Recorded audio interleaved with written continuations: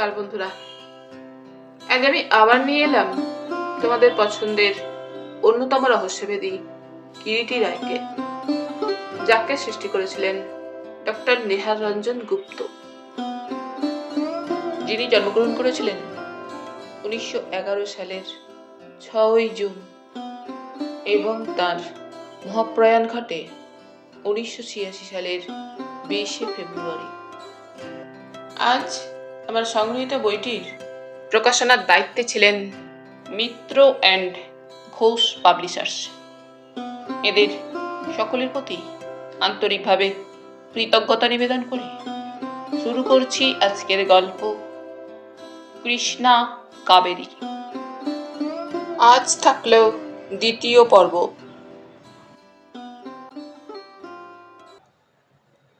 গাড়ি চলেছে নরেন মল্লিকের গৃহের দিকে।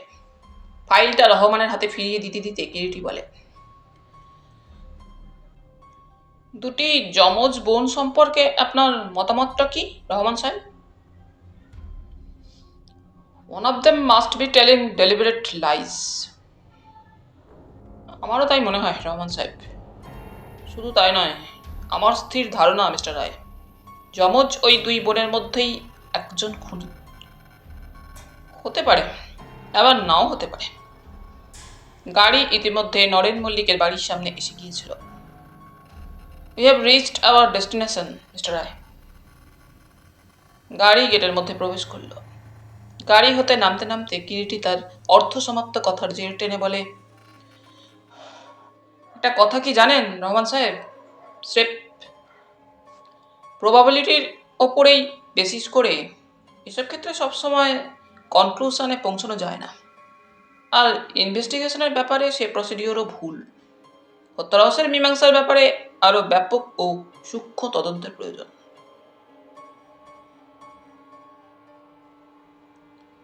নরেন মল্লিক যে ঘরে নিহত হয়েছিল সে ঘরে তেমনই তালা দেওয়া ছিল। রহমান সাহেব পকেট হতে চাবি বের করে তালাটা খুলে ফেললেন। দরজাটা নিঃশব্দে খুলে গেল। ঘরটা অন্ধকার দিনের বেলাতেও, কারণ জানালা দরজাগুলো সব বন্ধই ছিল। রহমান একে একে ঘরের জানালা দরজাগুলো খুলে দিলেন। সকালের আলোয় ঘরটা ঝলমল করে ওঠে। ঘরের মেঝেতে সুদৃশ্য গালিচা বিস্তৃত, একটি সুদৃশ্য পালঙ্কে ধবধবে শয্যা বিছানো, একটা আলমারি, গোটা দুই কাউচ, একটি রকিং আর্ম চেয়ার, দেওয়ালে সুদৃশ্য সব পেন্টিং। হঠাৎ কিরিটির অনুসন্ধানী দৃষ্টি দেওয়ালে টাঙানো একটি প্রমাণ আয়নার উপর গিয়ে স্থির নিবদ্ধ হল। আয়নার কাজটা ভাঙা, মনে হয় কোনো ভারী বস্তুর আঘাতে ভেঙে গিয়েছে, চৌচির হয়ে যেন। আশ্চর্য! অস্ফুট কণ্ঠে কতটা স্বগতোক্তির মতোই কথাটা উচ্চারণ করে কিরিটি। কি? রহমান কিরিটির কণ্ঠস্বরে ফিরে তাকালেন। ওই বড় আয়নাটা, ওটা কি সেদিন ভাঙাই দেখেছিলেন? লক্ষ্য করিনি, কিন্তু কেন বলেন তো? এই ঘরের অন্যান্য জিনিসপত্র সব লক্ষ্য করে দেখলেই বুঝবেন, এই ঘরে যে ব্যক্তি থাকতেন তার রুচিতে ঘরের মধ্যে এমন একটি ভাঙা আয়না ঝুলিয়ে রাখা সম্ভব নয়। কিন্তু ডাকুন আপনার সেই মধু চাকরকে, সেই হয়তো প্রমাণ দিতে পারবে। তক্ষুনি মধুকে ডাকা হলো এবং সবিস্ময়ে সে বলল, আয়নাটা আগে ভাঙা ছিল না। মধু চলে গেলে কিরিটি আবার ঘরের ভেতরটা ভালো করে চারিদিকে দৃষ্টি ঘুরিয়ে ঘুরিয়ে দেখতে লাগলো। আয়নাটা ঘরের মধ্যে এমনিভাবে ঝুলানো যাতে করে শয়নকক্ষ সংলগ্ন স্নানঘর থেকে বের হয়ে প্রথমেই আয়নার উপর ছায়া পড়ে। বাথরুমটা পরীক্ষা করে দেখা গেল, বাথরুমের বাইরে দিয়ে মেথর যাতায়াতের জন্য একটি ঘোরানো লোহার সিঁড়িও আছে, তবে বাথরুমের দরজাটি তখন বন্ধই ছিল। রহমান সাহেব বললেন, সেদিন মানে তদন্তের দিনও নাকি দরজাটা বন্ধই ছিল। তিনি দেখেছিলেন এবং সেদিন খোঁজ নিয়ে জানা গিয়েছিল দিনে একবার মাত্র দরজাটি নাকি খোলা হতো এবং ম্যাথরের কাজ শেষ হলেই আবার বন্ধ করে রাখা হতো। রবিবার মধুই ম্যাথর কাজ সেরে চলে যাবার পর নিজ হাতে দরজাটা বন্ধ করে দিয়েছিল। কিরিটি একটা সিগারে অগ্নিসংযোগ করে ধুমুধুরণ করতে করতে বলে,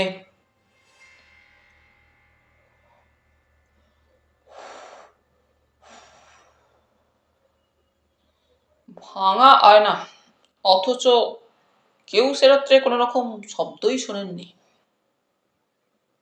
কি বলছেন মিস্টার রায়? মজিবুর রহমান প্রশ্ন করেন। কিরিটি মজিবুরের প্রশ্নটা আপাতত এড়িয়ে গিয়ে প্রসঙ্গান্তরে চলে গিয়ে বলে, আচ্ছা মিস্টার রহমান, এই নরেন মল্লিকের হত্যার ব্যাপারে আপাতত 6টা পয়েন্ট অত্যন্ত এলোমেলো বা জট পাকানো বলে কি মনে হচ্ছে না আপনার? বিস্মিত রহমান কিরিটির মুখের দিকে তাকান। ব্যাপারটা তিনি যেন ঠিক বুঝে উঠতে পারছেন না যেন কিরিটি ঠিক কি বলতে চায়। কি কি পয়েন্টস বলুন তো মিস্টার রায়? তবু প্রশ্ন করেন।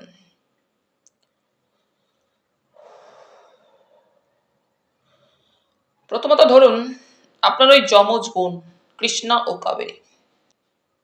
সার্কামস্টেন্সিয়াল এভিডেন্স থেকেই মনে হয় ওদের মধ্যে একজন বা দুজনেই মৃত নরেন মল্লিকের সঙ্গে বিশেষ এবং ঘনিষ্ঠভাবেই পরিচিতা ছিল। অথচ মিস্টার মল্লিকের জন্মতিথি বা জন্মদিন উৎসবে ওদের মধ্যে কেউই কেন নিমন্ত্রিত হলো না? কেন? এবং ওরা দুই বোনই যে অস্বীকার করছে তাদের নিজ নিজ জবানবন্দিতে যে ওদের কেউই কখনো নরেন মল্লিকের গৃহে আসেনি, সেও মিথ্যা। কারণ মল্লিক বাড়ির অন্যান্য দুই একজনের জবানবন্দি থেকেই সেটা প্রমাণিত হয়। কিন্তু এখন কথা হচ্ছে, কৃষ্ণা কাবেরী মিথ্যা কথা বললে কেন? মিথ্যা তারা বলেছে নিঃসন্দেহে, এবং তারা যে বুদ্ধিমতী যথেষ্ট সে বিষয়ে সন্দেহের কোনো অবকাশ মাত্র নেই। তারপর দ্বিতীয়ত, যে রাত্রে নরেন মল্লিক নিহত হন সে রাত্রে 11টার পরে দারোয়ান দেখেছে তার ঘরের আলো নিভে গিয়েছে। অথচ সুইমলের জবানবন্দি থেকে আমরা জানতে পারি যে রাত্রি 11টার পরে মিস্টার মল্লিকের ঘরে আলো জ্বলছিল। এর দ্বারা এই প্রমাণ হয় যে রাত্রি 11টায় আলো নিভে গেলেও যে কোনো কারণেই হোক রাত্রি 1টায় আবার ঘরের আলো জ্বলেছিল সুনিশ্চিত। কিন্তু কেন? তৃতীয়ত, মিস্টার মল্লিকের শয়নকক্ষের সংলগ্ন বাথরুমে ম্যাথুর যাতায়াতের দরজাটা পরের দিন সকালে ছিল ভিতর হতে বন্ধ। কেন?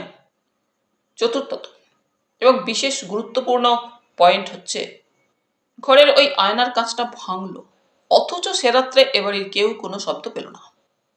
পঞ্চম, আয়নার কাঁচটা ভাঙল অথচ মিস্টার মল্লিক খুন হয়েছেন ছোড়ার আঘাতে। কেন? ষষ্ঠ, নরেন মল্লিক যে ছোড়াটার দ্বারা নিহত হয়েছেন সেই ছোড়াটা তাঁরই ঘরে ছিল এবং খুনি অন্য কোনো ছোড়া ব্যবহার না করে বিশেষ করে ওই ছোড়াটাই বা ব্যবহার করতে গেল কেন? মিস্টার রহমান ভাবেন লোকটা পাগল নাকি খুনের তদন্ত করতে এসে এসব কি অদ্ভুত আবোল তাবোল প্রশ্ন নিয়ে মাথা ঘামাচ্ছেন। মধ্যে যাতায়াতের জন্য যাতায়াতের দরজাটা বন্ধ ছিল কেন? ঘরের আলো দুবার জ্বলেছে কেন? ঘরের আয়নাটার কাঁচ ভাঙলো কেন? শব্দ কেউ শুনতে পেল না কেন?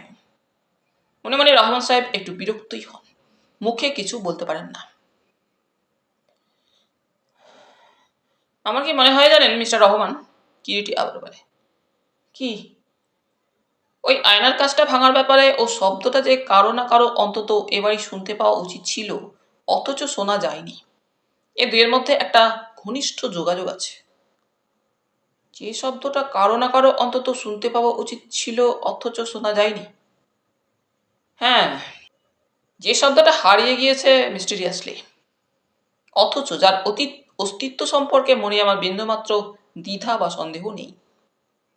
তারপর ধরুন আপনার ওই যমজ বোন কৃষ্ণা ও কাবেরী। যাজ্ঞে সে কথা, পরেও ভাবা চলতে পারে তাদের কথা। আপাতত আপনার মধু ও সুবিমল বাবু যদি বাড়িতে থেকে থাকেন, তাঁদের এবং বিনত দেবী ও দারোয়ান রামখেল সিং, এই চারজনকে গোটা কত কথা আমি জিজ্ঞাসা করতে চাই। খোঁজ নিয়ে জানা গেল চারজনেই তখন বাড়িতেই আছে।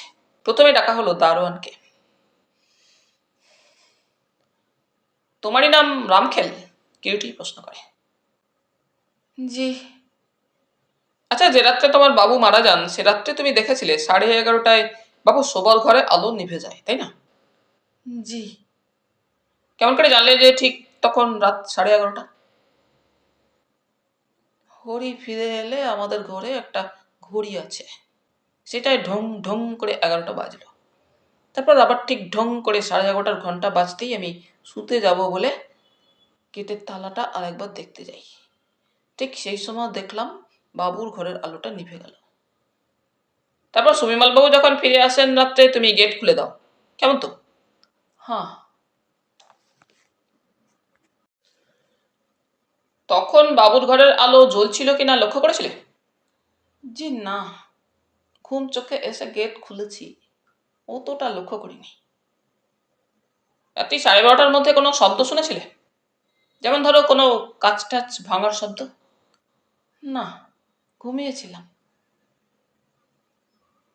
সুবিমল বাবু ডাকতেই তোমার ঘুম ভেঙে যায়, তাই না? জি না, আমার ঘরে কলিং বেল আছে, সেই বেলের শব্দে ঘুম ভেঙেছিল। আচ্ছা, তুমি যেতে পারো। রামখেল অতঃপর চলে গেল। এরপর এলো মধু। কিরিটি এবার তাকে প্রশ্ন শুরু করে। আচ্ছা মধু, তোমার বাবু শোবার ঘরের দরজাটা সাধারণত রাত্রে খুলেই কি বাবু ঘুমোতেন? হ্যাঁ, রাত্রে তিনি কখনো দরজা বন্ধ করতেন না। রোজ সকালে আমি এসে তার ঘুম ভাঙিয়ে গরম নুন জল দিতাম কি না, তাই দরজা খোলাই থাকতো। আচ্ছা, সে রাত্রে তুমি যখন গরম দুধ নিয়ে এলে, বাবু তখনই দুধটা খেয়েছিলেন কি?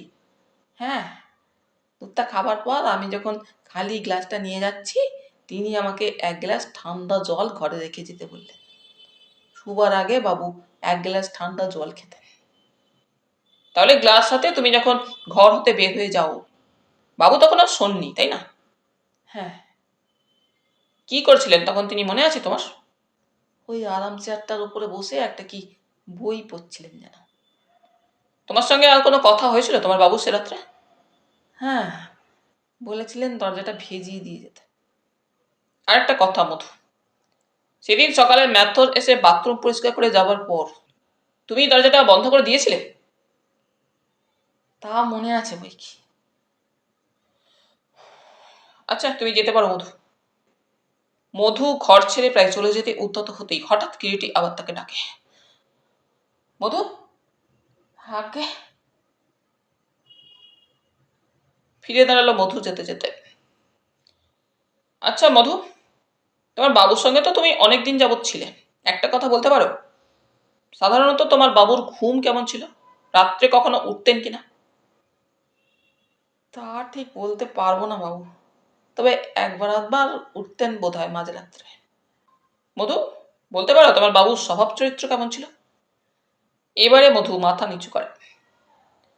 বলো, এতে লজ্জার কিছু নেই। শোনো মধু, তোমার বাবুর হত্যার মীমাংসা করতে হলে তার সব কথাই যে আমাদের জানা দরকার। আগে মেয়ে ছেলে ইদানিং, বিশেষ করে সেই সুন্দর দিদিমণি এখানে যাতায়াত করতেন বটে, তবে কখনো কোনো খারাপ কিছু বা নষ্টামি আমার চোখে পড়েনি। আচ্ছা যাও। এরপর এলো সুবিমল, নিহত নরেন মল্লিকের ভাগ্নে। আপনার নাম সুবিমল রানা? হ্যাঁ। বসুন বসুন, দাঁড়িয়ে রইলেন কেন? আমাদের কর্তব্যটাই বড় বিশ্রী। সুবিমল নির্দিষ্ট চেয়ারটার উপর উপবেশন করে। তারপর হঠাৎ ইন্সপেক্টরের দিকে চেয়ে সুবিমল বলে, ইন্সপেক্টর, সেদিন আপনি মামার উইল সম্পর্কে আমাকে জিজ্ঞাসা করেছিলেন। আমি কিছুই বলতে পারিনি তখন, কারণ সে সম্পর্কে তখনও আমি কিছুই জানতাম না। কাল সন্ধ্যার দিকে মামার সলিসিটার বোস অ্যান্ড চৌধুরীর মিস্টার রাধেশ চৌধুরী এসেছিলেন। মামা উইল কিছুই যদিও লিখিতভাবে করে যাননি, তবে হি হ্যাড ডেফিনিট ইনস্ট্রাকশনস। আমি তার অবর্তমানে সমস্ত সম্পত্তির মালিক হব। Good news, no doubt, Rahman সানন্দে বলেন। হঠাৎ কিরিটি প্রশ্ন করে, মিস্টার মল্লিকের সলিসিটারের কাছে তার সম্পত্তির পরিমাণ সম্পর্কে কোনো কিছু শোনেননি সুমিমলবাবু? মানে কোনো ডেফিনিট আইডিয়া? চোখ তুলে তাকালো সুবিমল কিরিটির দিকে, তারপর মৃদু কণ্ঠে বললে, হ্যাঁ বলেছেন। ব্যাংকে তার নগদ 1,050 টাকা, কলকাতায় পার্ক সার্কাসের এই বাড়ি, যার ভ্যালুয়েশন প্রায় 70,000 টাকা দাঁড়িয়েছে, তাছাড়া কিছু কোম্পানির কাগজ। আ গুড ফরচুন, স্মিতভাবে কিরিটি বলে। রিয়েলি লাকি আপনি মিস্টার রানা, রহমান বললেন। কিন্তু একা মানুষ আমি, এক বুড়ি বিধবা মা মাত্র সংসারে। কি হবে আমার এই বিরাট সম্পত্তি নিয়ে ইন্সপেক্টর? এর চাইতে তিনি, মামা যদি বেঁচে থাকতেন। বলতে বলতে সহসা সুবিমলের চোখের কোণ দুটো অশ্রুতে ঝাপসা হয়ে যায়। টপ টপ করে কয়েক ফোঁটা অশ্রু গাল বেয়ে ঝরে পড়ে।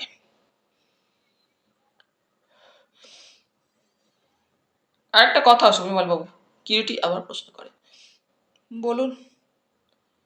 আপনি বলেছেন সে রাত্রে আপনি প্রায় 1:15টার সময় বাড়ি ফিরেছিলেন। রানাঘাট না কোথায় যেন গিয়েছিলেন? হ্যাঁ, রানাঘাটেই ইন্স্যুরেন্সের একটা জরুরি কাজে যেতে হয়েছিল। কোন ট্রেনে রানাঘাট হতে ফেরেন? শেষ ট্রেনে, রাত 11:30টায়। 11:30টায়? হ্যাঁ, ট্রেনটা একটু লেট ছিল। ও, 11:30টায় শিয়ালদহে পৌঁছলেন, তো বাড়িতে পৌঁছতে এত দেরি হলো যে? ট্রাম বাস বন্ধ হয়ে গিয়েছিল, একটা ট্যাক্সিও ছিল না, কোনো মতে একটা রিক্সা ধরে এসেছিলাম। এরপরে ডাক পড়ল বিনতা দেবীর। সুবিমল ঘর থেকে চলে যাবার মিনিট 10 বাদেই এলেন বিনতা দেবী। দীর্ঘ অবগুণ্ঠন টানা, সাদা থান পরিহিতা, নিরাভরণা, ধীর সংযত চলন। কিরিটি কথা বলে। বসুন বিনতা দেবী। বিনতা দেবী বসলেন না, কোনো সাড়াও দিলেন না। যেমন দাঁড়িয়েছিলেন তেমনই দাঁড়িয়ে রইলেন। কিরিটি লক্ষ্য করছিল বিনতা দেবী শুধু যে মুখখানেই তার অবগুণ্ঠনের আড়ালে সযত্নে রেখেছিলেন তাই নয়, সর্ব অবয়বী যেন পরিধেয় বস্ত্র দ্বারা অন্যের দৃষ্টির সামনে থেকে আড়াল করবার একটা সুস্পষ্ট সযত্ন প্রয়াস প্রকাশ পাচ্ছিল। কয়েকটা কথা জিজ্ঞাসা করবার জন্য আপনাকে ডেকেছি বিনতা দেবী, কিরিটি বলে। এবারও কোনো জবাব পাওয়া গেল না। আপনার বাড়ি কোথায়? বর্ধমানে, মৃদু কণ্ঠে জবাব এলো। আপনার আত্মীয় স্বজন কেউ আছেন? না। কেউ নেই? না। আপনার স্বামী কতদিন আগে মারা গেছেন? 10-12 বছরের বেশি হবে। সুবিমলবাবু যদি আপনাকে চাকরিতে রাখেন তাহলে তো আপনি এখানেই থাকবেন। না, আমি আর চাকরি করব না, সুবিমলবাবুকে পরশুই বলে দিয়েছি। চাকরি আর করবেন না? না। দেশে ফিরে যাবেন বুঝি? বলতে পারি না। আচ্ছা, নরেন মল্লিকের সঙ্গে কি এখানে আপনার চাকরির এই কয় মাসে কখনো কথা বলেননি? না। নরেনবাবুর লোক কেমন ছিলেন আপনার ধারণা? ভালোই। কৃষ্ণা কাবেরীকে আপনি চেনেন? বিনাতা চুপ করে থাকেন শেষের প্রশ্নে। কই, আমার প্রশ্নের জবাব দিলেন না। কি জবাব দেব? কৃষ্ণা কাবেরীকে আপনি চেনেন? না। ওই নাম দুটি কখনো শোনেননি? না। নরেনবাবুর সঙ্গে যে একটি সুন্দরী তরুণীর আলাপ ছিল, মধ্যে মধ্যে যিনি এ বাড়িতে আসতেন, তাকে কখনো দেখেননি? দেখেছি। তার নাম শোনেননি কখনো? না। তার নাম হয় কৃষ্ণা না হয় কাবেরী। হবে। অতঃপর কিরিটি কিছুক্ষণ চুপ করে থাকে, তারপর বলে, আচ্ছা, আপনি যেতে পারেন। বিনতা যেমন নিঃশব্দে ধীরে এসেছিলেন তেমনই নিঃশব্দেই চলে গেলেন। কিরিটি রহমান সাহেবের দিকে তাকিয়ে বলল, এবারে চলুন, ওঠা যাক রহমান সাহেব। হ্যাঁ, চলুন। এরপর কিরিটি ও রহমান সুবিমল রানার কাছ থেকে বিদায় নিয়ে চলে আসে। সুবিমল নিজের ঘরে বসে একটা বই নিয়ে বসল। মনের মধ্যে অসংখ্য চিন্তা যেন জাল বুনে চলেছে একটা কালো মাকড়সার মতো।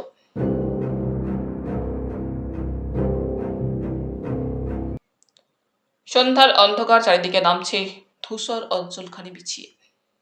কিরিটি তার বসবার ঘরে একটা সোফার ওপরে অর্ধশায়িত অবস্থায় চক্ষু বুজে একটা পা আরেকটা পায়ের উপর তুলে অভ্যাস মতো মৃদু মৃদু নাচাচ্ছিল।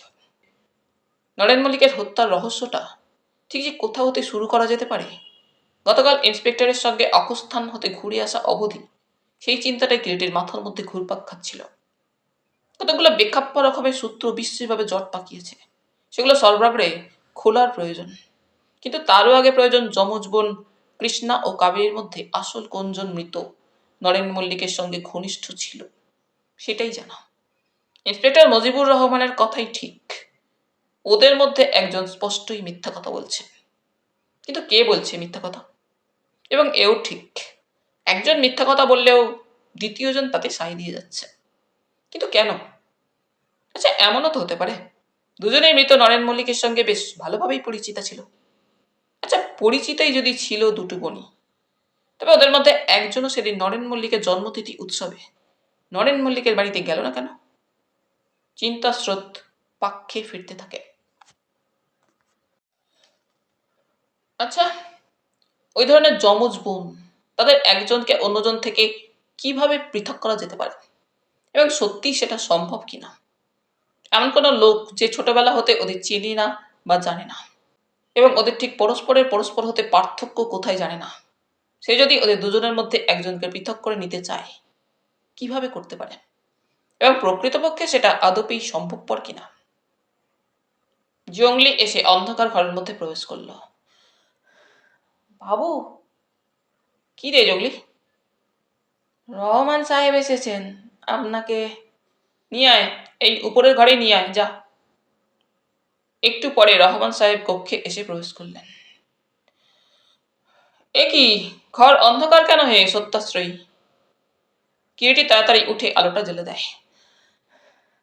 আসুন আসুন রহমান সাহেব, একটু পরেই আপনার কাছে যেতাম। আমার এক বন্ধু আছেন, ডক্টর সুকুমার গুপ্ত, সাইকো অ্যানালিস্ট। চলুন তার কাছে একবার যাব, সে হয়তো কৃষ্ণা কাবেরীর ব্যাপারে আমাদের হেল্প করতে পারে। থিয়েটার রোডে সুন্দর প্যাটার্নের একখানে দোতলা বাংলো বাড়ি।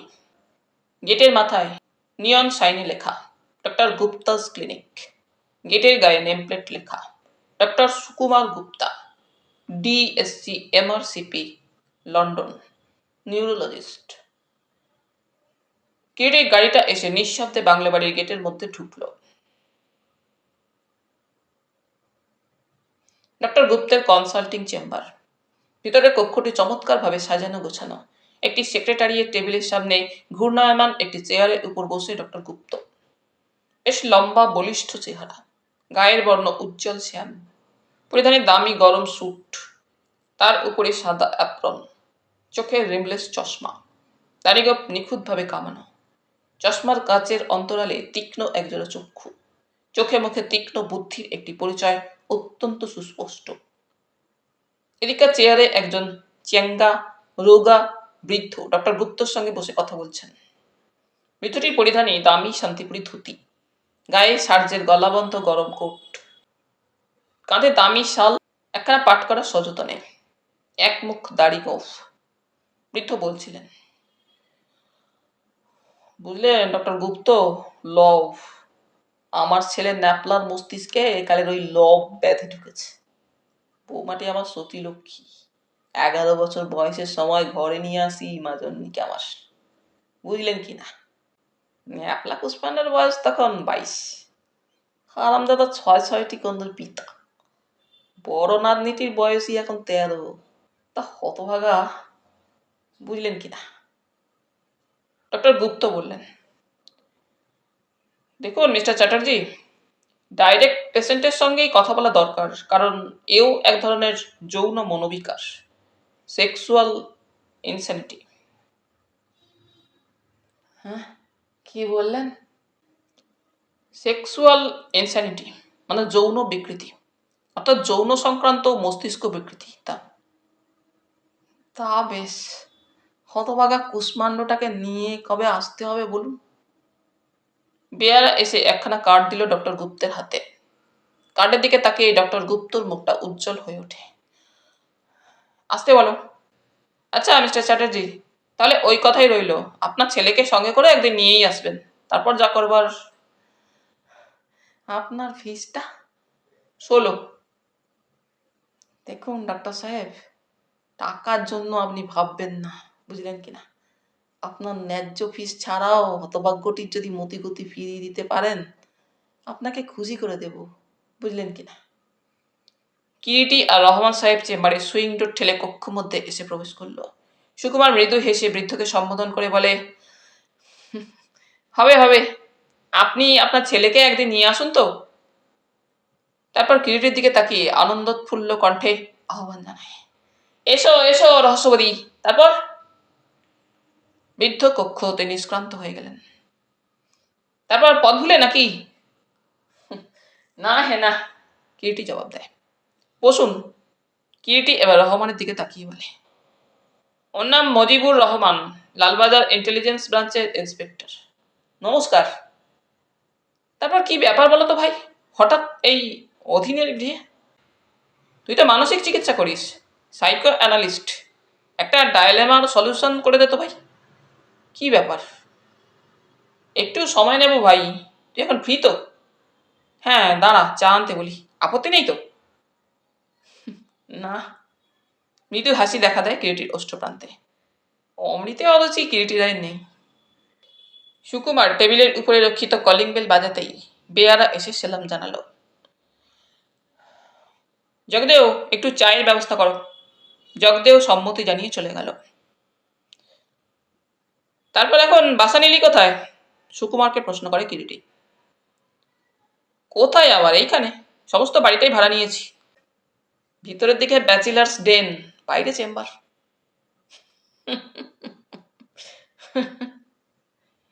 সুকুমারের কথায় কিরিটি ও রহমান দুজনেই হেসে ওঠে। পশা কেমন জমলো? কিরিটির কথায় আর চোখে রহমান সাহেবের দিকে একবার তাকিয়ে মৃদু হাসির সঙ্গে বলে, কনফিডেন্সিয়াল।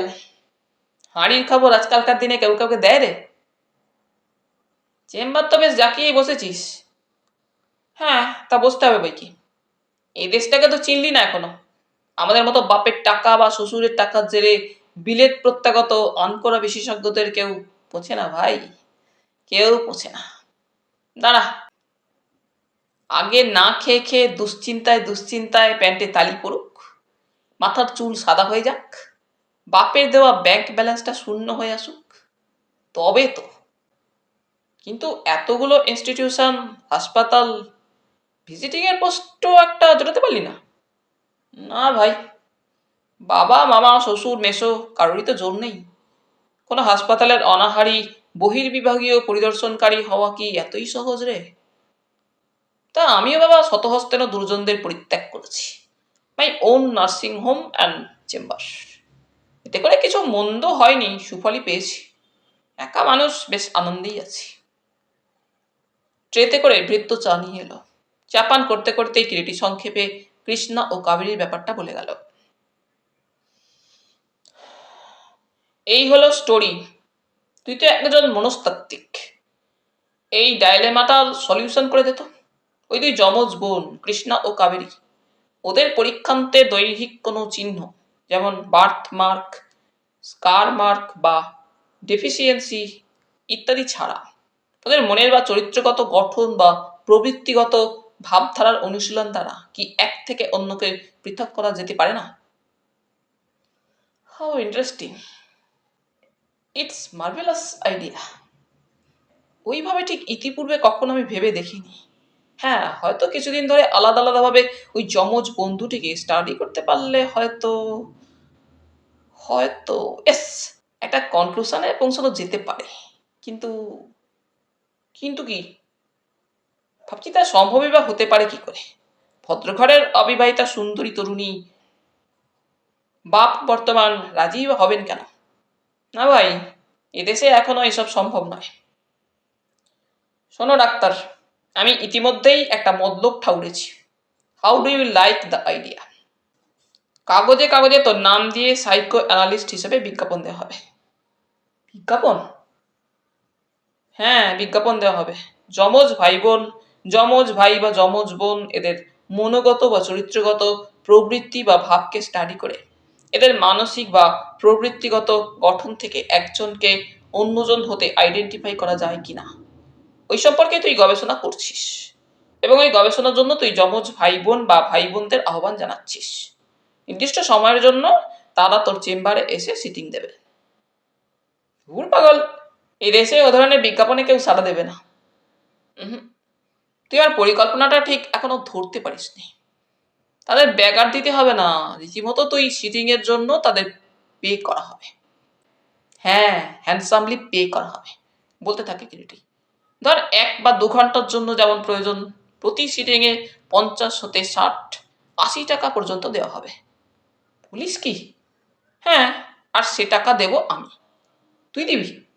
হ্যাঁ, আমি দেব, কারণ দায়টা এক্ষেত্রে আমারই। কিন্তু না, আর কিন্তু নয় বন্ধু। শুভস্য শীঘ্রম। কালই আমি কাগজে কাগজে বিজ্ঞাপন দেওয়ার সব ব্যবস্থা করছি। বেশ, কিন্তু যাদের জন্য বিজ্ঞাপন দেওয়া হচ্ছে যদি শেষ পর্যন্ত তারাই না সাড়া দেয়? সাড়া তাদের দিতেই হবে, এবং যতদিন না সাড়া দেবে বিজ্ঞাপন চলবে। কিন্তু অতটা বোধহয় করতেই হবে না, কারণ খোঁজ নিয়ে ইতিমধ্যেই আমি জেনেছি আর্থিক অবস্থা তাদের এমন বিশেষ কিছু একটা নয়। এ ফাঁদে তাদের ধরা দিতেই হবে। আর শেষ পর্যন্ত ধরা যদি নাই দেয়, তখন অন্য উপায় না হয় একটা কিছু ভেবে দেখা যাবে। বেশ, দেই বিজ্ঞাপন। তবে আজকের মতো উঠি। আয়।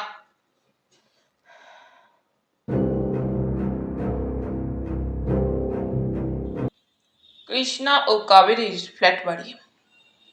অন্তরাল হতে সঞ্জীবের আবৃত্তি শোনা যাচ্ছে।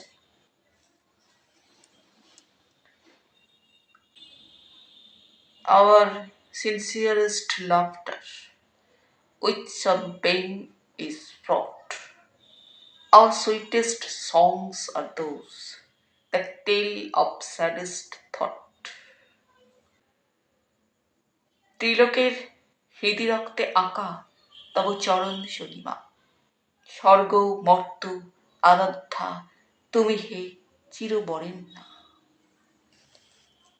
কৃষ্ণা একটা সোফার উপরে বসে কাঁটা দিয়ে উলের একটা স্কার্ফ বুনছে। কাবেরী হাতে ওই দিনকার ইংরেজি একটা সংবাদপত্র নিয়ে কক্ষে এসে প্রবেশ করল। দিদি। আজ কদিন থেকে খবরের কাগজে যে বিজ্ঞাপনটা বেরোচ্ছে, একজন সাইকো অ্যানালিস্ট যমজ ভাই ও বোনেদের স্টাডি করে তাদের মানসিক ও চরিত্রগত প্রবৃত্তি থেকে তাদের এক হতে অন্যকে পৃথক করে নেওয়া যায় কিনা সেই সম্পর্কে পড়েছি। হয় না কেন, আমরা দুজনে দরখাস্ত করে দিই। কৃষ্ণা কাবেরীর দিকে মুখ তুলে তাকালো, কুঞ্চিত ভ্রুযুগল। বিনা পরিশ্রমে কেবল কথাবার্তা বলবার জন্য প্রত্যেক সিটিংয়ে টাকা দেবে। না। না কেন? এত সহজে অর্থোপার্জন। তাছাড়া টাকার তো আমাদের যথেষ্টই প্রয়োজন এক্ষেত্রে। তুই কি খেপে গেলি কাবি? বারে, এতে খেপে যাবার মতো কি দেখলি তুই? তাছাড়া কি, সামান্য কয়েকটা টাকার জন্য ভদ্র ঘরের মেয়ে হয়ে আমরা একজন পরপুরুষের সামনে বসে বসে তার খুশি মতো যত সব আবোল তাবোল প্রশ্নের জবাব দিয়ে যাব? মান সম্ভ্রম নেই আমাদের? But really this is too much দিদি। তাছাড়া ভদ্র শিক্ষিত বিলাত ফেরত ডাক্তার, তার রুচি ও ব্যবহার সম্পর্কে নিশ্চয়ই আমরা নিশ্চিন্ত থাকতে পারি। বাবা, বাবার কথা ভুলে যাস না কাবি। হ্যাঁ, তুই তো জানিস কোনো পুরুষের সংস্পর্শে আমরা আসি এ তিনি একেবারে চান না। একটু থেমে আবার কৃষ্ণ বলে, তাছাড়া বাবা মনে যাতে দুঃখ পান, আমাদের তা করারই বা কি প্রয়োজন? কোনো এক পরপুরুষ ডাক্তারের চেম্বারে একা একা তার সঙ্গে বসে বসে এভাবে সিটিং দেওয়ায় তিনি কিছুতেই মত দেবেন না। নেপথ্য হতে ঠিক এমনি সময় ওদের পিতা সঞ্জীবের কণ্ঠস্বর ভেসে এলো, কৃষ্ণা, কাবেরী। কৃষ্ণা বলল, যাই বাবা, চল, বাবা ডাকছেন। দুই বোন ভিতরে ঘরের দিকে চলে গেল। ভিতরের একটি কক্ষ, আসবাবপত্রের কোনো বাহুল্যই নেই। একটি সিঙ্গল খাট একপাশে, উপরে তার শুভ্র শয্যা বিছানো। একপাশে নানা জাতীয় ইংরেজি বাংলা বইতে ঠাসা একটা আলমারি। ছোট একটি বেতের টেবিলের উপরে মদের গ্লাস ও মদের বোতল। একটি হেলান দেওয়া বেতের চেয়ারের উপর বসে কোলে একটি মোটা বই, পাঠ নিরত সঞ্জীব চৌধুরী। অদূরে দেওয়ালের গায়ে দাঁড় করানো আছে একজোড়া ক্রাচ। ও দেওয়ালে টাঙানো একটি বেহালার বাক্স। ক্রাচের সাহায্যেই সঞ্জীব চৌধুরী ঘরের মধ্যে সামান্য প্রয়োজন মতো হাঁটাচলা করেন। সঞ্জীবের বয়স 50-এর ঊর্ধ্বে। সরু ছুচালো মুখ, মাথার চুল ঝাঁকড়া ঝাঁকড়া। বহুকাল চিরুনির সংস্পর্শ নেই বলেই মনে হবে। কোটর প্রবিষ্ট দুটি চক্ষু, দৃষ্টি তীক্ষ্ণ অন্তর্ভেদী, দাড়িগোঁফ নিখুঁতভাবে কামানো। পরিধানে পায়জামা ও গায়ে কিমোনো। কৃষ্ণা ও কাবেরী এসে কক্ষে প্রবেশ করল। বই হতে চোখ না তুলেই সঞ্জীব মৃদু কণ্ঠে বলেন, তোমাদের বোনেদের কথা কিছু কিছু আমার কানে এসেছে। I agree with Kaveri. পিতার প্রকৃতি বিরুদ্ধ কথা শুনে দু বোনেই যুগপৎ চমকে যেন পিতার মুখের দিকে তাকায়। কারোর সঙ্গে মেলামেশা করা, বিশেষ করে কোনো পরপুরুষের সঙ্গে, সঞ্জীব একেবারেই পছন্দ করেন না। তীক্ষ্ণ দৃষ্টি তার সর্বদাই সজাগ ওদের প্রতি। এমনকি একথাও তিনি বহুবার মেয়েদের বলেছেন। মেয়েদের স্বাধীনতার তিনি আদপেই পক্ষপাতী নন। মেয়েদের স্থান ঘরে, অন্দরের সীমানায়, আর লজ্জা ও সংযমের মধ্যে। শিক্ষার তাদের প্রয়োজন আছে, কিন্তু সেই শিক্ষা স্কুল কলেজের ডিগ্রি শিক্ষা নয়। বাড়িতে বসেই তারা অধ্যয়ন করবে, শিক্ষা লাভ করবে আত্মোন্নতির জন্য। বাইরের জগতের সঙ্গে তাদের সম্পর্ক যতটা কম হয় ততই ভালো ও মঙ্গল। সেই জন্যই ম্যাট্রিক পাসের পর ঘরে বসেই আইয়ের পাঠ পড়তে পড়তে তাদের পড়া বন্ধ হয়ে যায়। মোট কথা, অতিমাত্রায় রক্ষণশীল পিতার প্রকৃতির সঙ্গে তাদের বেশ ভালোভাবেই পরিচয় আছে। সেই পিতার মুখে আজ একই কথা। বিস্ময়ে দুই বোনই চেয়ে থাকে পিতার মুখের দিকে। আবার সঞ্জীব বলে ওঠেন, বুঝতে পারছি তোমরা কি ভাবছ। মত আমার আজও বদলায়নি। তবু এ ব্যাপারে আমার মত আছে দুটি কারণে। একটু থেমে আবার সঞ্জীব বলতে শুরু করেন, হ্যাঁ, দুটি কারণে। এক নম্বর, আমাদের কিছু টাকার প্রয়োজন। এই যাবৎকাল তোমাদের দুজনের মাইনে হতে যা আমি বাঁচিয়েছি, তার উপরে আর কিছু টাকা হলে আমরা কলকাতা ছেড়ে কোনো গ্রামে গিয়ে কিছু জমি জায়গা করে সাধারণভাবে নিরুপদ্রবে ও শান্তিতে জীবন কাটাতে পারবো। তোমরা দু বোন প্রত্যেক সিটিংয়ের জন্য 100 টাকা করে চার্জ করবে। যদি এতে তারা রাজি হয় ভালো, নচেত সিটিং দেবে না। আর 2 নম্বর কারণ, আমি দেখতে চাই এতদিন ধরে যে শিক্ষা তোমরা আমার কাছ হতে পেয়েছো, কতটুকু তার তোমরা গ্রহণ করেছো। সত্যিকারের মনের জোর যদি তোমাদের থাকে, তোমরা যে কোনো সিচুয়েশনেই উত্তীর্ণ হয়ে আসতে পারবে। কাবেরী বেশি উৎসাহিত হয়ে ওঠে পিতার কথায়, বলে, তাহলে একটা দরখাস্ত করে দিই বাবা। দাও, তবে হ্যাঁ, ওই 100 টাকা করে তোমরা প্রত্যেক সিটিংয়ের জন্য চাও। এই কথাটা মেনশন করতে ভুল হয় না যেন। কাবেরী বলে, কিন্তু বাবা 100 টাকাটা খুব বেশি নয় কি? সঞ্জীব জবাব দেন, না, যে লোক সামান্য একটা অদ্ভুত খেয়ালের জন্য টাকা খরচ করতে রাজি থাকে, তার কাছে অর্থের মূল্যটা খুব বেশি নয় কাবেরী। তাছাড়া দিয়েই দেখো না দরখাস্ত, রাজিও তো হতে পারে। তাছাড়া লোকটা রাজি হয়ে যায় ভালোই, নচেত আমাদের ক্ষতি বা কি। কিন্তু বাবা, এতক্ষণে কৃষ্ণা কথা বলে, আর কথা নয় কৃষ্ণা, তোমরা এখন যেতে পারো। সঞ্জীব কতকটা যেন মেয়েকে বাধা দিয়ে প্রসঙ্গটা থামিয়ে দিলেন। বাপের প্রকৃতির সঙ্গে কৃষ্ণা কাবেরী যথেষ্ট পরিচিত, আর দ্বিরুক্তি না করে দুজনে কক্ষ হতে নিষ্ক্রান্ত হয়ে গেল। মেয়েরা কক্ষ হতে নিষ্ক্রান্ত হয়ে গেলে সঞ্জীব চেয়ার হতে উঠে কাচে ভর দিয়ে কক্ষের আলমারিটার সামনে এসে দাঁড়ালেন। একটা ড্রয়ার খুলে বের করলেন একটা ফাইল। সেই ফাইলটা খুলতেই বের হলো 30-32 বৎসরের অপরূপ রূপ লাবণ্যময়ী এক নারীর ফটো। ফটোটা চোখের সামনে তুলে ধরে কিছুক্ষণ অপলক দৃষ্টিতে তাকিয়ে সঞ্জীব চৌধুরী চাপা স্বরে বলতে থাকেন, করুণা, করুণা, করুণা। চোখের কোণে দুফোঁটা জল বুঝি এসে জমা হয় বৃদ্ধ সঞ্জীবের। কিন্তু পরক্ষণে নিজেকে সামলে নেন সঞ্জীব চৌধুরী। তারপর তীক্ষ্ণ দৃষ্টিতে ফটোটার দিকে তাকিয়ে চাপা কণ্ঠে বলে ওঠেন, you cruel heartless woman, you ruined my life. কিন্তু আজ কেমন জব্দ করেছি তোমায়? আমার বুক ভরা অফুরন্ত ভালোবাসাকে একদিন দু পায়ে তুমি থেতলে দিয়েছিলে। নিষ্ঠুর পাষাণ হৃদয়ে তোমার তিল মাত্র সারা জাগাতে পারোনি। কিন্তু আজ কেমন জব্দ। ওয়ার্ল্ড ইজ টু বিগ, নয়?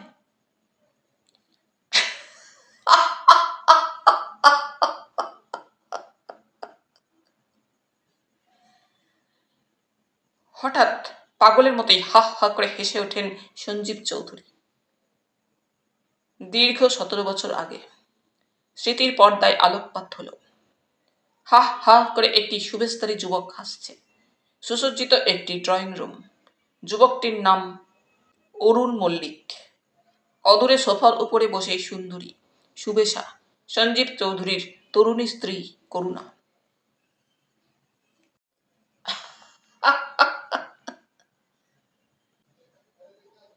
না, হাসি নয়, সত্যি বলছি অরুণ। সে ভীষণ রেগে গিয়েছে। লিখেছে শীঘ্রই নাকি আমাদের সে চা বাগানে নিয়ে যাবে। After all, the good old Sanjeev is really a devoted husband. মিথ্যে তুমি ভয় পাচ্ছ করুণা। চা বাগানের সেই অন্ধকার জীবনে সে কখনোই টেনে নিয়ে যেতে পারে না। সকলে মিলে আমরা তীব্র প্রতিবাদ করব, ভিহেমেন্টলি প্রোটেস্ট করব। কিন্তু এ কথাটা তোমরা ভুলো কেন অরুণ? আমি তার বিবাহিতা স্ত্রী, তারই অধিকার সর্বাগ্রে। বৃদ্ধস্ব তরুণী ভার্যা। ডোন্ট বি নটি অরুণ। সে আমার স্বামী, অস্বীকার করি না। তাই বলে সীমা লঙ্ঘন করা কি উচিত? এমন সময় 6 বছরের শিশুকন্যা কৃষ্ণা ঘরে এসে প্রবেশ করল। বলল, কাবি কোথায়? কাবি ও করে খেলছে মা। মা মেয়েকে কাছে টেনে নিয়ে কুঞ্চিত কেশরাশিতে সস্নেহে হাত বুলাতে থাকেন। অরুণ বলে, তাছাড়া তোমার এই যমজ মেয়ে কৃষ্ণা কাবেরী, ওদের কথা একবারও কি ভাবছো রুনা? চা বাগানের বন জঙ্গলে গেলে ওদের লেখাপড়া মানুষ করা সম্ভব হবে বলে মনে করো? তোমার স্বামী মিস্টার চৌধুরী তার নিজ সন্তানের ভবিষ্যৎকে নিশ্চয়ই অবহেলা করবেন না। মুশকিল তো আমার মেয়ে দুটিকে নিয়েই আরো হয়েছে অরুণ। এমন সময় বাইরে কাবেরীর উল্লসিত কণ্ঠস্বর শোনা গেল। ও মা, দেখবে এসো, বাবা এসেছে। এ কি, উনি আজই এসে গেলেন নাকি? সবিস্ময়ে বলে ওঠে করুণা। আমি তাহলে এখন চলি রুনা। পার্টির কথা বলোনি তো? না। আসছো নিশ্চয়ই। তাহলে চলি, পার্টিতে আবার দেখা হবে। অরুণ যে তার পথে ঘর হতে নিষ্ক্রান্ত হয়ে গেল, তার ঠিক বিপরীত তার পথে কাবেরীকে কোলে নিয়ে করুণার স্বামী মিস্টার সঞ্জীব চৌধুরী এসে কক্ষে প্রবেশ করলেন। একটু বেশি বয়সেই সঞ্জীব সোসাইটির অন্যতম রত্ন তরুণী করুণাকে বিবাহ করেছিলেন এবং করুণার অনুপাতে তার স্বামী সঞ্জীবকে বৃদ্ধ বলেই মনে হয়। অতিরিক্ত খাটুনি ও পরিশ্রমে শরীর ভেঙে গিয়েছে, মুখটা লম্বাটে হয়ে গিয়েছে, রগের দুপাশে চুলে পাক ধরেছে। সঞ্জীব আসাম অঞ্চলের কোন এক চা বাগানের ম্যানেজার। বেশ মোটা মাইনেই যে কেবল পান তা নয়, পিতৃ সম্পত্তি এই বাড়িখানা ছাড়াও আরও খান্দি বাড়ি কলকাতা শহরে ছিল। কিন্তু আজ আর একখানা বাড়িও তার নিজস্ব বলতে নেই। যে বাড়িখানায় তার স্ত্রী করুণা বর্তমানে আছে, সেটাও দেনার দায়ে বিক্রি হয়ে গিয়েছে। এখন ক্রেতার কাছেই মাসিক 200 টাকা ভাড়া দিয়ে ওরা আছে। করুণা ও সঞ্জীবের পরিচয় হয় কোনো এক পার্টিতে। সঞ্জীব চমৎকার আবৃত্তি করতে পারতেন ও বেহালা বাজানোর হাত ছিল তার সত্যিই মিষ্টি। কিন্তু অত্যন্ত চপল বিলাসী ও অন্তঃসারশূন্য প্রকৃতির মেয়ে করুণা সঞ্জীবের গুণে নয়, তার মোটা মাইনের চাকরি, ব্যাংক ব্যালেন্স ও কলকাতা শহরের উপরে 3খানা বাড়ির লোভেই এবং একান্ত বুদ্ধিমতী বিধবা স্কুল মিস্ট্রেস মায়ের সৎ পরামর্শেই এ বিবাহে অগ্রসর হয়েছিল। সঞ্জীবের বয়স তখন 44 পার হয়ে গেছে। করুণা পঞ্চবিংশতি বর্ষীয়া মাত্র। করুণার কৃপাদৃষ্টি লাভের জন্য অনেক বেকার বড়লোকের সন্তানও স্বল্প আয়ে জীবনে প্রতিষ্ঠা খুঁজে বেড়াচ্ছে। এমন তরুণের দল সর্বদা করুণার পিছনে পিছনে মধুলবী ভ্রমণের মতো গুনগুন রব তুলে ফিরছে তখন। কিন্তু করুণার জননী মুখে কাউকে কিছু না বললেও মনে মনে কাউকেই ভবিষ্যৎ জামাতা হিসেবে পছন্দ করতেন না। সঞ্জীব মাঝখানেকে ছুটি নিয়ে সেবার কলকাতায় এসে নতুন একটা গাড়ি কিনে এক অবিবাহিত ব্যারিস্টার বন্ধুর পাল্লায় পড়ে ক্লাবে ও নানা পার্টিতেই যাতায়াত করছে। ওই রকম এক পার্টিতেই সঞ্জীব আবৃত্তি করলে ও বাজিয়ে শোনালে বেহালা। করুণা যেচে এসে সঞ্জীবের সঙ্গে আলাপ করলে। ক্রমে আলাপ পরিচয়টা আরো ঘনিষ্ঠ হলো। পরস্পর পরস্পরের বাড়িতে যাতায়াত শুরু করলে। সঞ্জীব আরো 1 মাসের ছুটি নিল। অবশেষে করুণার মাই একদিন সঞ্জীবের কাছে বিবাহের প্রস্তাব করলেন কন্যার হয়ে। সঞ্জীব মনে মনে যে কামনাটা ইদানিং ভীরু সংকোচের সঙ্গে লালন করছিল, করুণার মায়ের প্রস্তাব শুনে অন্তরে সেই ভীরু বাসনা মুক্তির আনন্দে যেন দুকুল ছাপিয়ে গেল। মৃদু সংকোচের সঙ্গে সঞ্জীব বললে, কিন্তু মা, করুণা কি? মৃদু হেসে করুণার মা বললেন, রুনার মন না জেনেই কি এই প্রস্তাব আমি তোমার কাছে করছি বাবা? তাছাড়া মেয়ে আমার এদিকে যতই সোসাইটির মধ্যে ঘুরে বেড়াক, ভীষণ লাজুক, আমি তো জানি রুনাকে। যা হোক, ওই মাসেরই শেষে সঞ্জীব ও করুণার বিবাহ হয়ে গেল এবং বিবাহের পরেই সঞ্জীব করুণাকে নিয়ে চা বাগানে চলে গেল। 10-15 দিন যেতে না যেতেই কিন্তু করুণা বলতে শুরু করলে, এই কি ছাইয়ের জায়গা, মনের কথা বলবার একটা লোক নেই, না আছে ক্লাব, একটা হোটেল বা সিনেমা। সঞ্জীব ভাবলেন, সত্যিই তো, অল্প বয়স করুণার, চিরদিন কলকাতার মতো শহরে মানুষ, পাণ্ডব বর্জিত এই বন জঙ্গলে তার মন টিকবেই বা কেন। নিজের সঙ্গে করে সঞ্জীব রেখে এলেন করুণাকে কলকাতার বাড়িতে। ভৃত্য, চাকরানি, ড্রাইভার, বামুন নিযুক্ত হলো। করুণা মনের আনন্দে দিন কাটাতে লাগলো। হাতে অজস্র টাকা, বাড়ি, গাড়ি, সোসাইটিতে পজিশন। করুণা তার নিজের খেয়াল খুশিতে মশগুল হয়ে উঠল। সঞ্জীব মধ্যে মধ্যে আসেন, 6-7 দিন থেকে যান। স্ত্রীকে যখনই নিজের কর্মস্থলে যাওয়ার কথা বলেন, করুণা মুখখানি ভার করে। সঞ্জীব এদিকে কেমন মায়া হয়, কিছু বলতে পারেন না। বৎসর 3 বাদে কৃষ্ণা ও কাবেরী যমজ 2টি মেয়ে হলো করুণার। এবারে আবার সঞ্জীব করুণাকে সঙ্গে নিয়ে যেতে চাইলেন নিজের কর্মস্থলে, কিন্তু করুণা রাজি হলো না। স্ত্রীর ব্যবহারে সঞ্জীব মনে বিশেষ আঘাত পেলেন। এবারে মুখে কিছু বললেন না, কিন্তু মনে মনে প্রতিজ্ঞা করলেন, জীবনে আর কখনো স্ত্রীকে নিজের কাছে যেতে বলবেন না। থাক সে এখানে, যদি কখনো সে স্বেচ্ছায় যেতে চায় তার কাছে, তবেই নিয়ে যাবেন, নইলে নয়। সাপে বর হলো করুণার। আয়ার হাতে মেয়ে দুটির রক্ষণাবেক্ষণের ভার সঁপে দিয়ে করুণা তার পার্টি ক্লাব নিয়েই হৈ হৈ করে সারাদিন বেড়াতে লাগলো। ব্যাংকে জমানো টাকার সংবাদ বিবাহের পর থেকেই সঞ্জীব আর রাখতেন না। স্ত্রীর নামে ব্যাংক হতে টাকা তুলবার ক্ষমতা দিয়ে দিয়েছিলেন। বিবাহের বছর 4 বাদে হঠাৎ একদিন সঞ্জীব আবিষ্কার করলেন ব্যাংক প্রায় শূন্য। তাড়াতাড়ি ছুটে এলেন সঞ্জীব কলকাতায়। শুধু যে ব্যাংক শূন্য তা নয়, বহু জায়গায় ধারও হয়েছে করুণার প্রচুর। সেই ঠেলা সামলাতে গিয়ে একখানা বাড়ি বিক্রয় হয়ে গেল।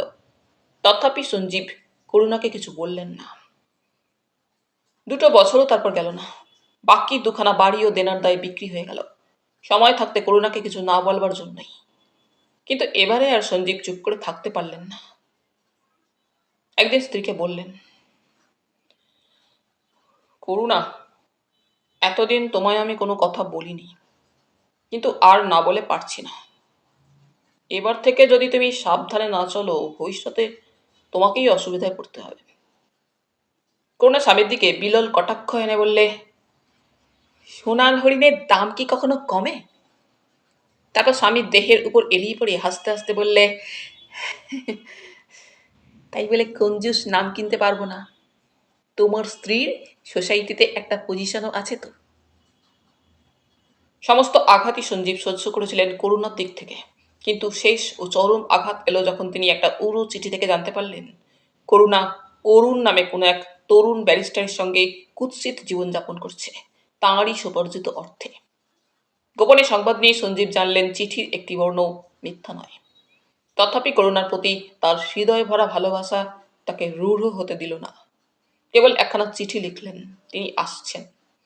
করুণা যেন প্রস্তুত থাকে, এবার তাকে তিনি সঙ্গে নিয়েই আসবেন। করুণা স্বামীর চিঠি পেয়েও এতটুকু বিচলিত হলো না, কারণ স্বামীর তার প্রতি যে কি প্রগাঢ় ভালোবাসা সেটা তার অবিদিত ছিল না। সেদিন সঞ্জীব আসবার একটু আগে সেই সম্পর্কেই করুণা ও অরুণের মধ্যে কথাবার্তা চলছিল। কাবেরীকে কোলে নিয়ে স্বামীকে হঠাৎ কক্ষে প্রবেশ করতে দেখে করুণা চিৎকার করে আয়াকে ডাকল, আয়া, আয়া। आया घरे से ढुकलो हंतदंत है। जी मैम साहब। बेबी को ले जाओ, देखता नहीं सब अभी आया, कितना परेशान हुआ। संजीव बाधा दिलेन, ना ना थक। No no, you look so tired darling. কাবি যাও, খেলোগে যাও। মাকে মেয়েরা জমের মতোই ভয় করে। কাবেরী তাড়াতাড়ি বাপের কোল থেকে নেমে চলে গেল। তারপর কেমন আছো? করুণা প্রশ্ন করে। ভালো। সব রেডি করে রেখেছো তো? পরশুই রওনা হব আমরা। এত তাড়া কেন? রহস্যপ্রিয় কণ্ঠে করুণা বলে। কেন, তুমি আমার চিঠি পাওনি? পেয়েছি গো, পেয়েছি।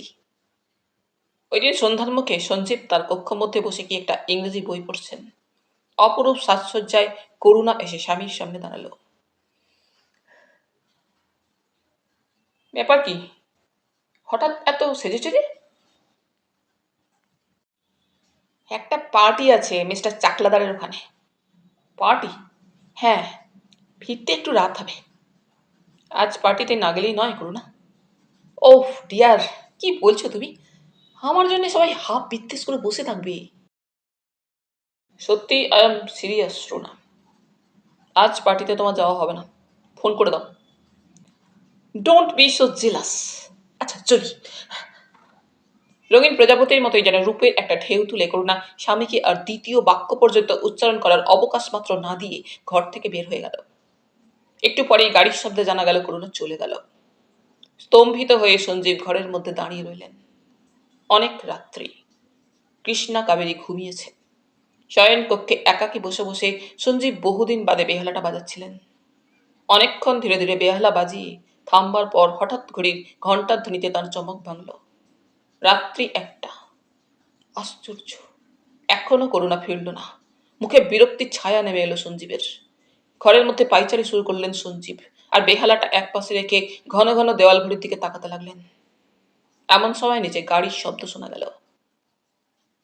এগিয়ে এলেন সঞ্জীব জানালাটার ধারে। নিচের গেটের সামনে একটা গাড়ি এসে দাঁড়িয়েছে, আর তার স্ত্রী করুণা ও অরুণ পরস্পরের কাছ থেকে অত্যন্ত ঘনিষ্ঠ হয়ে বিদায় সম্ভাষণ জানাচ্ছে। মুহূর্তে দাবাগ্নির মতোই সমস্ত অন্তর জ্বলে ওঠে সঞ্জীবের। অপেক্ষা করতে লাগলেন ঘরের মধ্যেই দাঁড়িয়ে।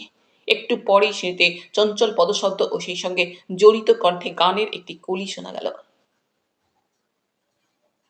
করুণা কক্ষ মধ্যে এসে প্রবেশ করল এবং সঙ্গে সঙ্গেই বজ্র কঠিন কণ্ঠ সঞ্জীবের শোনা গেল। করুণা! করুণার তখন দাঁড়াবার মতো অবস্থা নাই, রীতিমতো টলছে, চোখ দুটো নেশা ধরে বুঝে আসছে, ঢুলু ঢুলু। Karuna! Oh dear, please not now, I am feeling so sleepy. জড়িত ক্লান্ত কণ্ঠে কথা কয়টি বলি করুণা যেমন শয়নকক্ষের দিকে পা বাড়াতে যাবে, তীক্ষ্ণ কণ্ঠ আবার শোনা গেল সঞ্জীবের। শোনো করুণা, দাঁড়াও, তোমার সঙ্গে আমার কয়েকটা কথা আছে। করুণা আবার যাবার জন্য পা বাড়িয়ে জড়িত কণ্ঠে বলে ওঠে, oh sweetie, don't be so cruel. কাল সকালে সব সব শুনবো। করুণা! করুণা এবার একটা চেয়ারে বসে পড়ে। ছি, এত দূর তোমার অধঃপতন হয়েছে। পরপুরুষকে সঙ্গে নিয়ে শুধু যে ঢলাঢলি করছো তা নয়, ইতর মেয়ে মানুষের মতো মদও খেতে শুরু করেছো। মদ? No no, sample, sherry, that is not liquor. Shut up! বাঘের মতোই গর্জন করে ওঠেন সঞ্জীব। সৈরিনী! হঠাৎ যেন করুণার নেশাটা টুটে গেল। সোজা হয়ে দাঁড়িয়ে উঠল সে। Sanjeev, how dare you insult me? Insult? অপমানের কোনো জ্ঞান আজ আর তোমার আছে? ভদ্রঘরের বউ, ভদ্রলোকের স্ত্রী, সন্তানের জননী হয়ে যে জঘন্য কুৎসিত জীবন তুমি যাপন করছো, তোমার লজ্জা নেই। কিন্তু আমার গলায় দড়ি দিয়ে আত্মহত্যা করতে ইচ্ছে করছে। সঞ্জীব, ভুলে যেও না, আমি তোমার বিবাহিতা স্ত্রী হলেও নিজস্ব আমার একটা মতামত, একটা স্বাধীনতা আছে। এর নাম স্বাধীনতা? You shameless filthy woman. Sanjeev, তুমি না শিক্ষিতা? স্বামী বর্তমানে তুমি যে জঘন্য রুচির পরিচয় দীর্ঘ 7 বছর ধরে দিয়েছ, কি বলবো? তুমি আমার সন্তানের জননী, নইলে নইলে কি করতে? বাড়ি থেকে তাড়িয়ে দিতে? তাড়িয়ে দিতাম না, অত বড় বোকা সঞ্জীব চৌধুরী নয়। তোমাকে আজ বাড়ি থেকে তাড়িয়ে দেব, আর তুমি আমার পরিচয়ের শেষ চিহ্নটুকু বহন করে নিয়ে সর্বত্র কাদা খেটে বেড়াবে, নিজের সর্বাঙ্গে কালি মাখবে, সেই সঙ্গে আমার সর্বাঙ্গে কালি ছেটাবে। একটু থেমে সঞ্জীব আবার বলেন, না করো না, সেই সুযোগ এই জীবনে আর তোমায় আমি দেব না। আমার অফুরন্ত বুক ভরা ভালোবাসা, বিশ্বাস ও ধৈর্যের শেষ পাওনা গণ্ডটুকুও পর্যন্ত তুমি মিটিয়ে দিয়েছো। অনেক দিয়েছো তুমি আমায় এই জীবনের সুদীর্ঘ 7 বছর ধরে। হ্যাঁ, অনেক দিয়েছো। করুণা আমার বাধা দিয়ে উঠল। থাক, তোমার লেকচার শোনার মতো আমার এখন ধৈর্য নেই। তুমি মনে করো না তোমার এই ঘর ছাড়া এত বড় দুনিয়ায় আর জায়গা নেই? World is too big. এরপর আমারও এখানে থাকা সম্ভব নয়, এক্ষুনি আমি চলে যাচ্ছি। করুণা পাশের কক্ষে, যেখানে ছোট মেয়ে দুটি কৃষ্ণা কাবেরী ঘুমাচ্ছে, সেই ঘরের দরজার দিকে অগ্রসর হতেই গম্ভীর বজ্র কঠিন কণ্ঠে সঞ্জীব বলে ওঠেন, ওদিকে কোথায় যাচ্ছ? দাঁড়াও। স্তম্ভিত হতচকিত হয়ে করুণা তার চলমান পা দুটো সহসা যেন থামিয়ে ভ্রু কুঞ্চিত করে তাকায় সঞ্জীবের মুখের দিকে।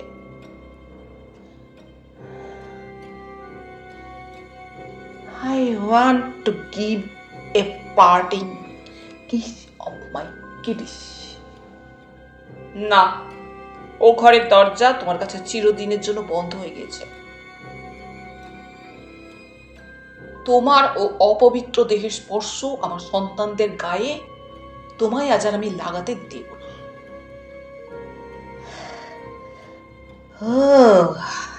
এত দূর, কিন্তু ভুলে যাচ্ছে ওরা আমারও সন্তান।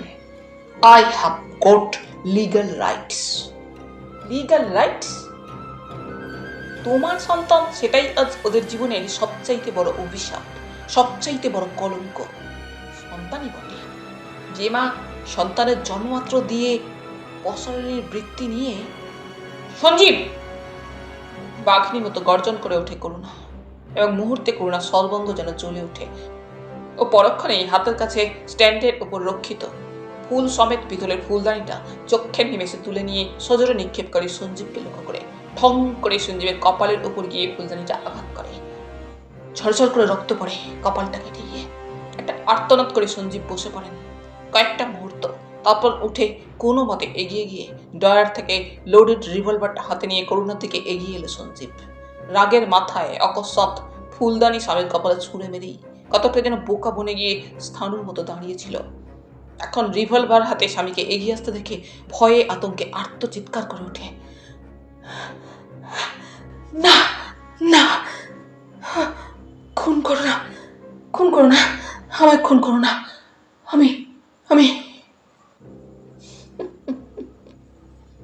মরতে এত ভয়?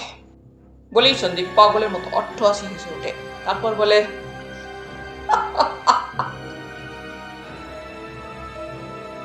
ভেবেছিলাম তোমায় খুনই করব, কিন্তু না, খুন তোমায় আমি করবো না। তোমার মতো একটা নরকের কীটকে খুন করে হাত আমার কলঙ্কিত করব না। এক্ষুনি এক বস্ত্রে রিক্ত দেহে এই গৃহ এই মুহূর্তে তোমায় ত্যাগ করে দিতে হবে। বলতে বলতে গিয়ে আলনা হতে সাধারণ একটা শাড়ি টেনে করুণার দিকে ছুঁড়ে দিয়ে কঠোর কণ্ঠে সঞ্জীব বললে, আমারই অর্থে ক্রয় করা তোমার ওই মূল্যবান জরুয়ার চোখ ঝলসানো গহনাগুলো ত্যাগ করতে হবে, এমনকি পরিধানের ওই শাড়িটা পর্যন্ত। ওই সাধারণ শাড়িখানা পরে এক বস্ত্রে একেবারে রিক্ত হয়ে এই মুহূর্তে এই গৃহ তোমাকে ত্যাগ করতে হবে। যাও, তাড়াতাড়ি করো। যত তাড়াতাড়ি এই গৃহ ছেড়ে তুমি যাও ততই মঙ্গল। তোমার পাপে এই গৃহের বাতাস পর্যন্ত বিষাক্ত হয়ে উঠেছে। যাও। বেশ,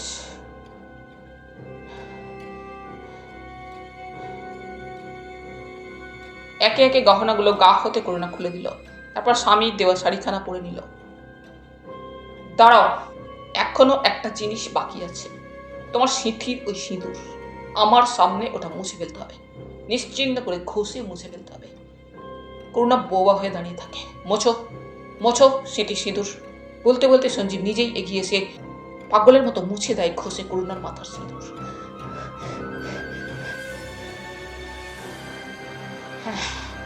এবারে যাও।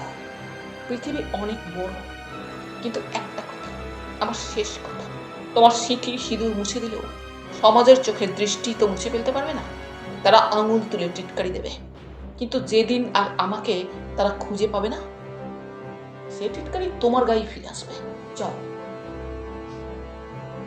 হঠাৎ এমন সময় চমকে উঠলেন সঞ্জীব। ইতিমধ্যে এক সময় কৃষ্ণা ঘুম ভেঙে দরজায় এসে দাঁড়িয়েছে। কৃষ্ণা ডেকে উঠে, মা। হঠাৎ যেন সঞ্জীব পাগলের মতো ছুটে গিয়ে করুণাকে প্রাণপণে ধাক্কা দিতে দিতে ঘর হতে ঠেলে বের করে দেন। যাও যাও। কৃষ্ণা কেঁদে উঠে চিৎকার করে, মা মা। ঠেলতে ঠেলতে করুণাকে ঘর হতে বের করে দিতে গিয়ে চৌকাঠে পা বেঁধে সঞ্জীব হুমড়ি খেয়ে পড়ে গেলেন।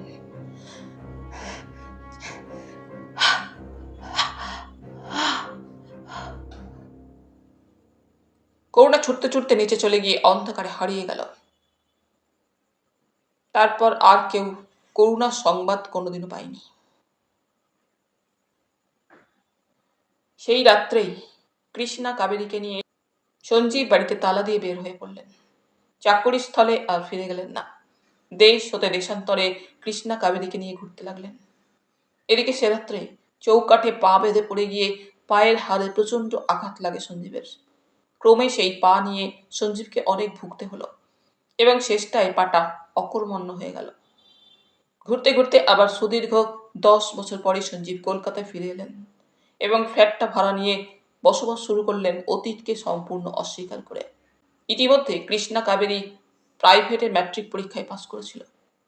প্রাইভেটে তারা আইএও পাশ করল। কিন্তু এদিকে সঞ্জীবের সমস্ত সঞ্চিত অর্থ গেল ফুরিয়ে। নিজে অথর্ব হয়ে পড়েছেন। অগত্যা মেয়েদের টেলিফোনে চাকরি নিতে দেওয়া ছাড়া আর উপায়ন্তর রইল না। মেয়েদের চাকরি করতে দিলেও সঞ্জীব মেয়েদের প্রতি সর্বদা সতর্ক দৃষ্টি রাখতেন এবং ছোটবেলা হতেই এমন কঠোর শাসনের মধ্যে মেয়েদের গড়ে তুলেছিলেন যে মেয়েরা বাপকে বাঘের মতোই ভয় করত। বাপের অমতে এক পাও এগোবার সাহস ছিল না। আসলে সঞ্জীব করুণার ব্যাপারে সমস্ত নারী জাতির উপরেই বিতৃষ্ণ ও সন্ধিহান হয়ে উঠেছিলেন এবং তাদের তিলমাত্র স্বাধীনতা দেবারও ইচ্ছা তার হতো না। সর্বদা ভয় ছিল কখন মেয়েরা তার অধিকারের বাইরে চলে যায়। 10 চক্ষু মেলে তাই যেন তিনি সর্বদা মেয়েদের পাহারা দিতেন। এমনকি যতদিন বেঁচে থাকবেন মেয়েদের বিবাহ পর্যন্ত দেবেন না মনে মনে প্রতিজ্ঞা করে রেখেছিলেন। ডক্টর সুকুমার গুপ্তের চেম্বার। সকালের ডাকে আজ অনেকগুলো চিঠি এসেছে। ডাক্তার চিঠিগুলো একটার পর একটা খুলে পড়ছে। হঠাৎ একখানা চিঠি পড়তে পড়তে ডাক্তারের মুখখানা উজ্জ্বল হয়ে ওঠে। ডাক্তার তাড়াতাড়ি পাশ থেকে ফোনটা তুলে নেয়। Hello, please put me two south. একটু পরে ওপাশ হতে কণ্ঠস্বর ভেসে এলো। হ্যালো, কে? কিরিটি নাকি? কে? ডাক্তার? কি খবর ভাই? সুখবর, তোর কৃষ্ণা কাবেরী দরখাস্ত করেছে। সুখবর? দিয়ে দাও, জবাব দিয়ে দাও এক্ষুনি, শুভস্য শীঘ্রম। কিন্তু কিন্তু আবার কি? না না, অ্যাপয়েন্টমেন্ট দিয়ে দাও। কাজ হয়ে গেল। সুকুমারও মনে মনে যেন একটা নতুন উৎসাহ অনুভব করে।